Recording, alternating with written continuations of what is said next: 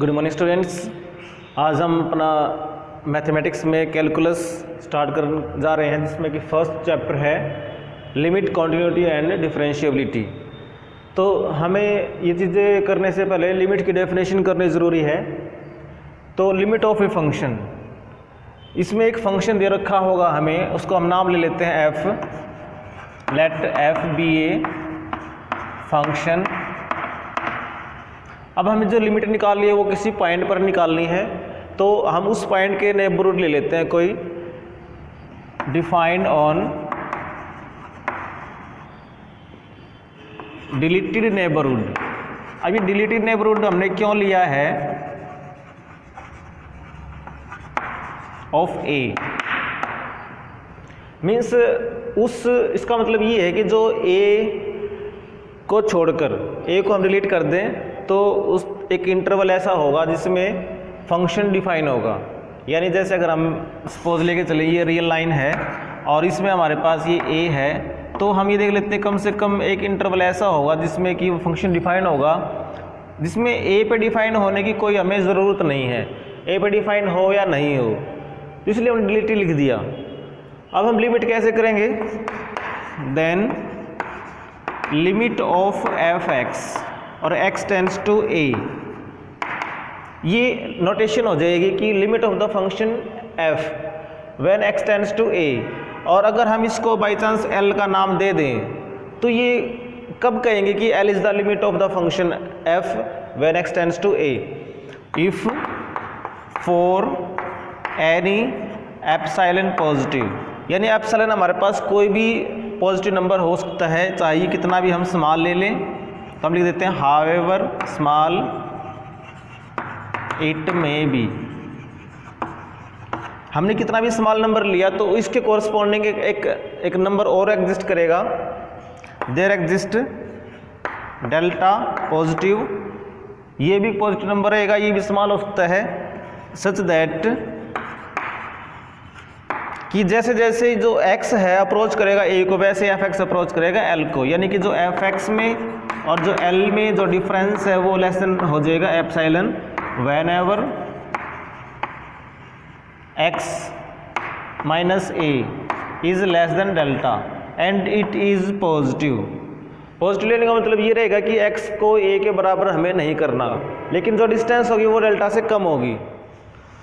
अब नया टॉपिक है हमारे पास right hand limit and left hand limit, क्योंकि जो हमारे पास कोई भी पॉइंट ए है, ए तक अप्रोच करने के लिए हमारे पास दो रास्ते हैं, एक राइट साइड से और लेफ्ट साइड से। अगर जो एक्स है वो राइट साइड से अप्रोच करता है ए को, तो हम निकालते हैं राइट हैंड लिमिट।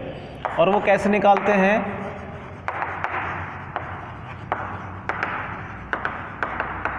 इसको हम ऐसे लिखेंगे, limit of the function F x tends to a plus, यहाँ प्लस लिखेंगे, इसका मतलब है कि x is greater than a, यानी x approaches to a from the values which are greater than a।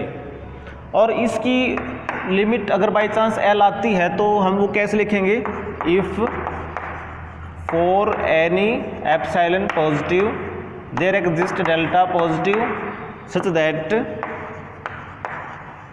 कि एफ एक्स माइनस में l is less than epsilon whenever, इसमें x a से बड़ा ही रहेगा, तो हम इसको लिखेंगे कि x is greater than a but less then रहेगा a प्लस में डेल्टा।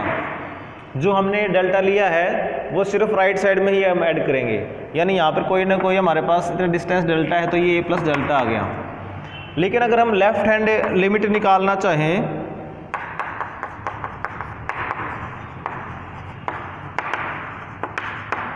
तो उसके लिए हम नोटेशन यूज़ करेंगे, limit of the function as x tends to a minus और इक्वल टू l। ये कब होगा, if for any epsilon positive there exist delta positive such that F X minus में l is less than epsilon when ever.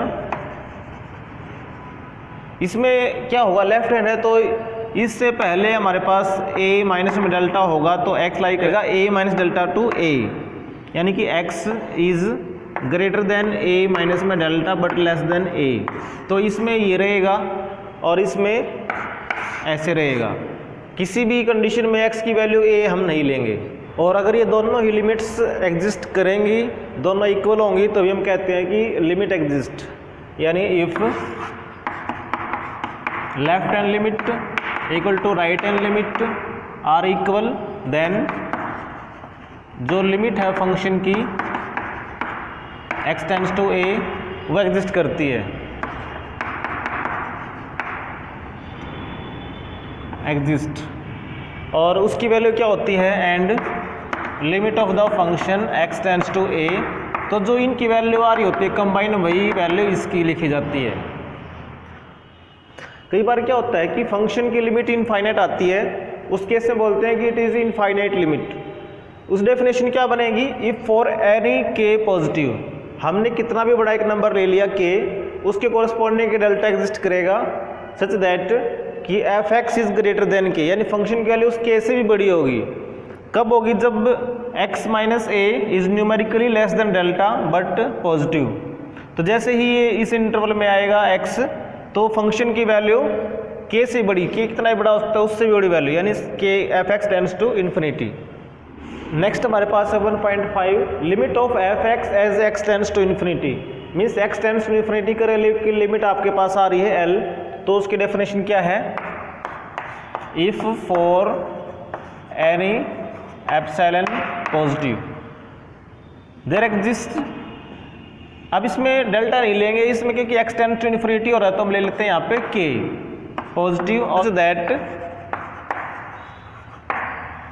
f(x) minus में l is numerically less than epsilon whenever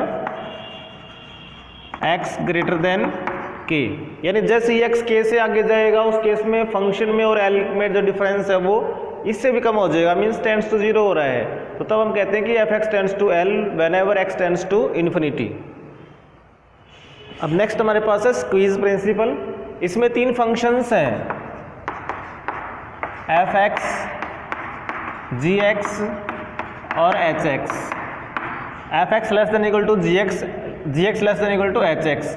अब ये कहाँ पर है, ये किसी जो कोई पॉइंट है उसके डिलीटेड नेबरहुड में ये होल्ड कर रहा है, यानी कि फॉर ऑल हमने लिया x माइनस में a लेस देन डेल्टा और ये positive, and if limit of f(x), इस फंक्शन की limit as x tends to a और इस h(x) फंक्शन की लिमिट दोनों क्या है, सेम है, और उसको हमने ले लिया l के बराबर। तो ये प्रिंसिपल कहता है कि जो gx बच गया, gx की लिमिट भी l ही आएगी। तो then limit of the x tends to a is equal to l। अब एक रिजल्ट है हमारे पास कि if limit of a function is equal to l, तो then limit of its modulus, तो इसके मॉडुलस की जो लिमिट होगी वो इसकी लिमिट का मॉडुलस हो जाएगा। यानी कि एक तरह से अगर हम इसको देखें तो ये क्या बन गया, limit of f(x) x tends to a इसका मॉडुलस। तो मॉडुलस यहाँ है चाहे यहाँ, वो सेम चीज़ है।